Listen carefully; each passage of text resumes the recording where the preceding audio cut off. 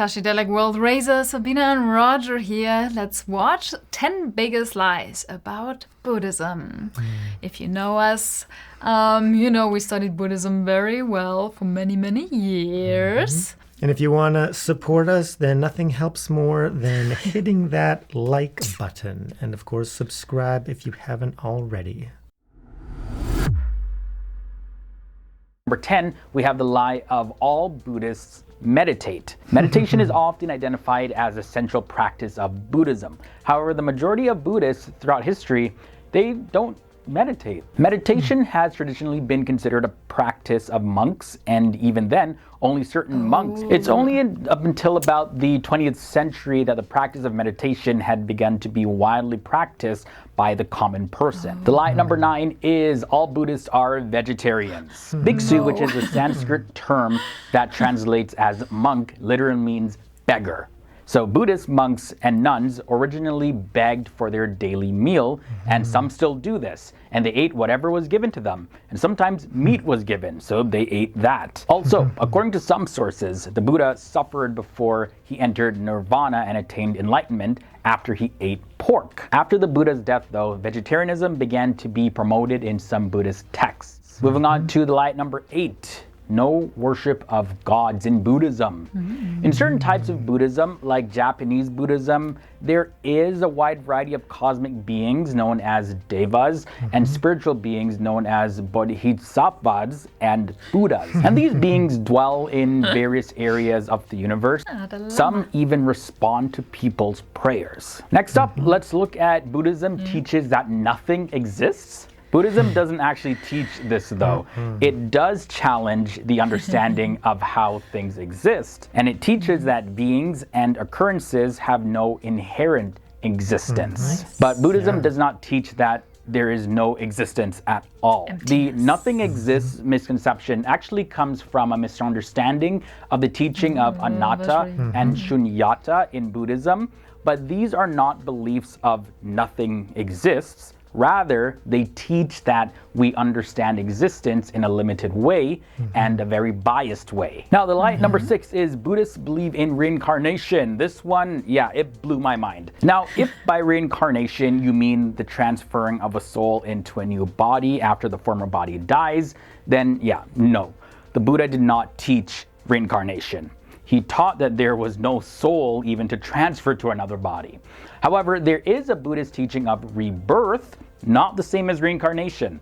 The teaching says that it is the energy or conditioning created by one life that is reborn into another life, not the soul being reborn. According to Theravada Buddhism scholar Walpola Rahula, a person who dies here and is reborn elsewhere is neither the same person nor another. However, you don't have to believe in rebirth to be a Buddhist. It's not essential. Halfway in, the lie number 5 is karma is fate. If you didn't already know, the word karma refers to action, not fate. In Buddhism, karma is an energy created by willful action through thoughts, words, and deeds.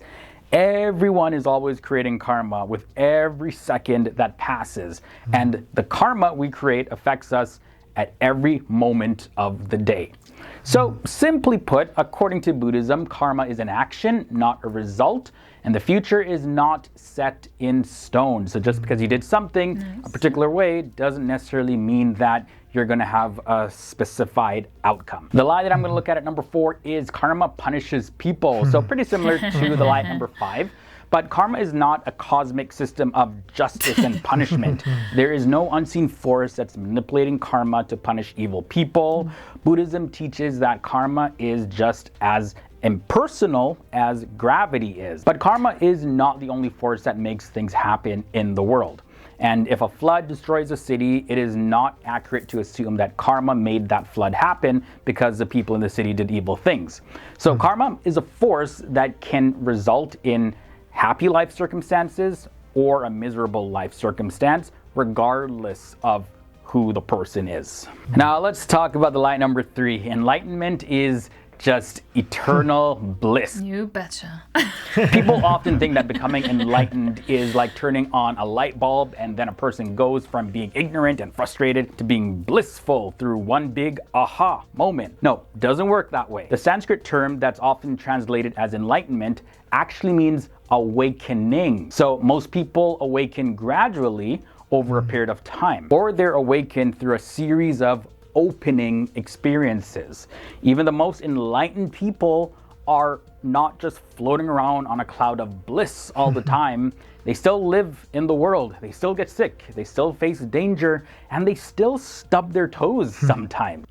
That doesn't mean that they're not blissful. For the lie at number 2, Buddhists true, yeah. worship the Buddha. The historical Buddha is considered to be a human being who attained enlightenment through his own efforts. Now, the Buddha did not specifically teach that there was no God. He just taught that believing in a god or gods was not useful to realizing enlightenment. Buddha also represents enlightenment itself, which is also the natural state of all beings according to Buddhism. And the images that we see of Buddha are objects of devotion and reverence, but are not worshipped as gods. And we finally made it to the last lie in this episode. At number 1, Buddhists can't have relationships. Now, when people hear that Buddhists practice something called non-attachment, they sometimes think that Buddhists can't have relationships with other people. But you see, at the root of attachment is believing that there is a self to attach and an other self to attach to. But Buddhism teaches that the self is an illusion and that ultimately nothing is separate.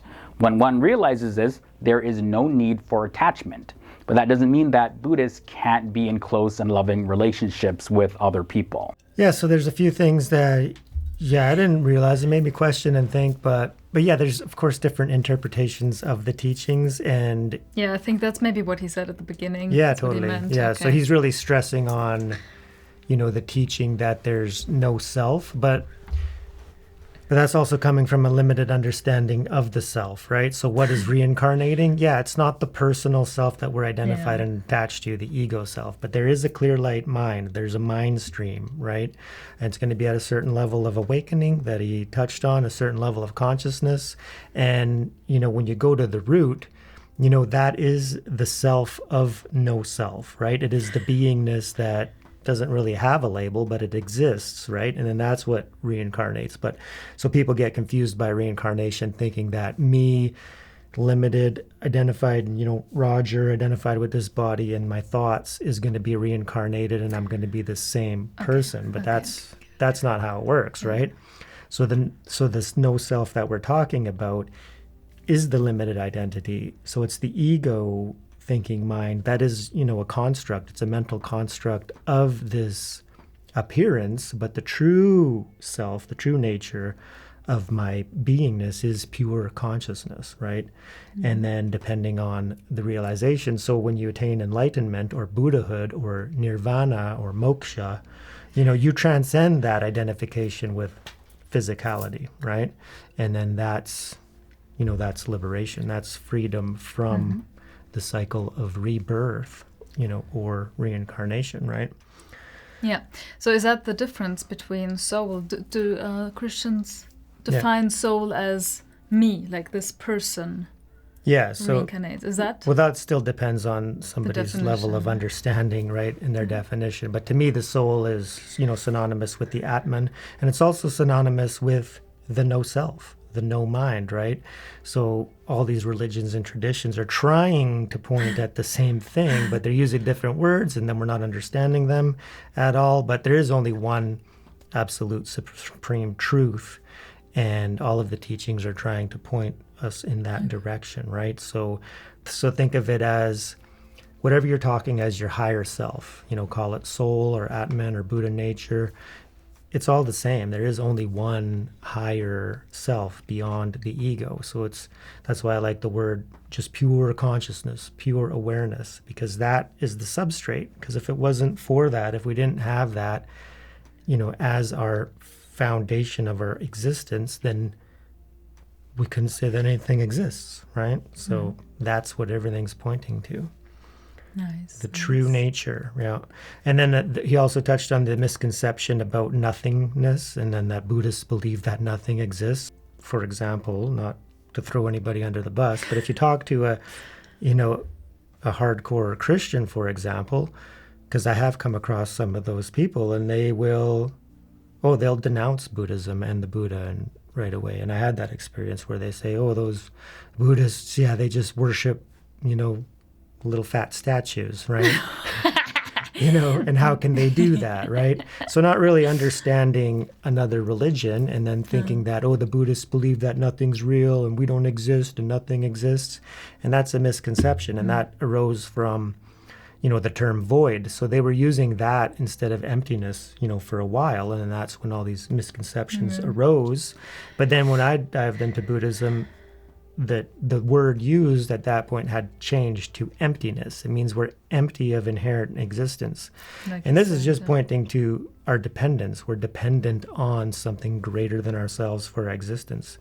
And that's what the emptiness teachings are. Buddhism is teaching that everything exists as the manifestation of one supreme source. Yeah, can you touch on no worship of gods? Yeah, so this depends on the definition you're using of God, right? So if you're using God as, and it's true that they're not really worshiping, like unless you get into some sort of, sects of Buddhism. What? Oh, sects. Sects, yeah. So different, because there's some, and it's not really worship in a sense. It's more of kind of identifying yourself with the highest, right? So your Buddha nature is part of the omniscient mind of the one omniscient, Buddha, right? And then there's other Buddhas that, manifest from the one source, right? So Tibetan Buddhism, of course, yeah, all the deities. The deities, right? So aren't they the same Manjushri, as the gods in? Yeah, well, they're called like devas. So it depends on your definition of God. So I see Exactly. Hinduism Once as again. like, the ultimate God. You have like Brahman, Shiva, Vishnu, Krishna as an avatar. So there's not many that represent the total absolute, but then there's a bunch that some people would call them demigods, but they're also just expressions, of the divine. So, like devas, right? So angels, bodhisattvas, right? So you can still hold them in mind, but it's not really worshiping them. It's in the sense of, like the idol worship that I talked about.